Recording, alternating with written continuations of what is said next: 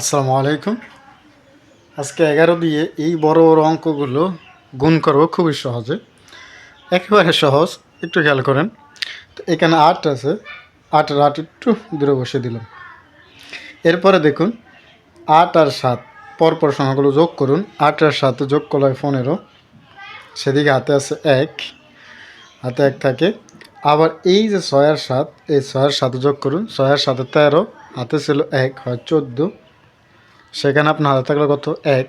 সেই 1, এই যে প্রথম যে অঙ্কটা আছে 6, 6-এর সাথে যোগ করুন। 6 আর 1 7, তার মানে 678কে 11 দ্বারা গুণ করলে 7458 হয় অ্যান্সার।